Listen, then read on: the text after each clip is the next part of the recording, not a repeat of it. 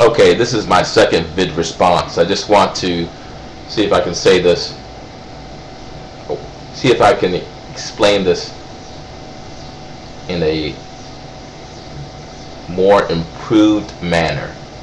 I'm going to slow down and say this.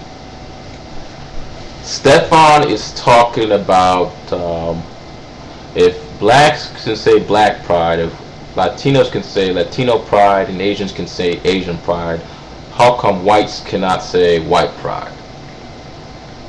And she says the intent of white pride is to bring awareness that the white race needs to be preserved.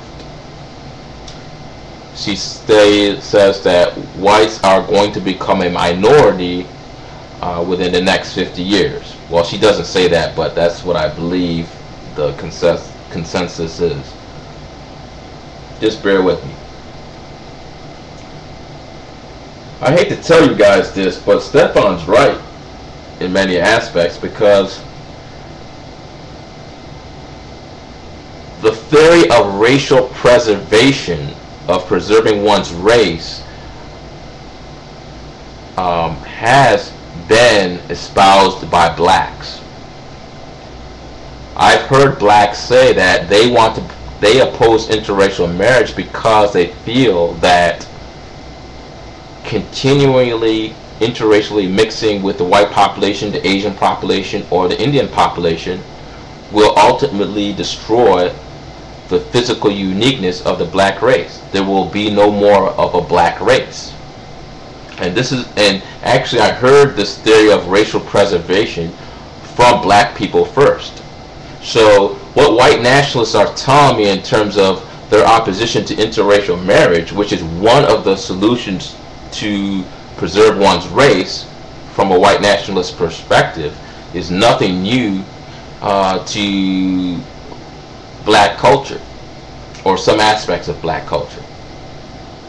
Now I want to keep in mind that I don't agree with any of these views. However, she is right in saying it, that if he is right, or he or she is right. I'm sorry, Stefan, if you're a lady. I thought you were a woman, but maybe you're not. You're a guy. I'm sorry. It's just my bad. But the bottom line is, if she is espousing white pride with the intent to preserve her own race, especially her own ethnic group, how can you call her racist? Okay, we can say, well, I know some people have said that, well, whites should break down should it not be proud of their race, they should be proud of their ethnic group, because they know exactly what country they came from. Well, yes, they know more than black people, but regardless, they're still white. I mean, a German and Irish, in theory, have more in common than an Irish and somebody in a sub-Saharan black from South Africa or Zimbabwe. So if blacks can have continental pride, and yes, their reason is that, well, we don't know exactly where it came from, that's valid, but whites could also say, I should have continental pride because most whites, even if they're, a Polish person and a German person look more alike than a Polish person and somebody from Nigeria. So, that's not really going to invalidate her point of having continental pride as a race coming from one continent. So I do think that she is right. He or she is right in many aspects. I did mention all the comments about interracial crime I already explained in my text, so I'm not going to go through those. But on that point, in terms of pride, the gist of it, if she's using an intent to preserve her racial identity, let's face it, if whites are going to become a minority, we're going to have to respect more whites having hostility toward things they perceive as harming them in terms of destroying their cultural uniqueness.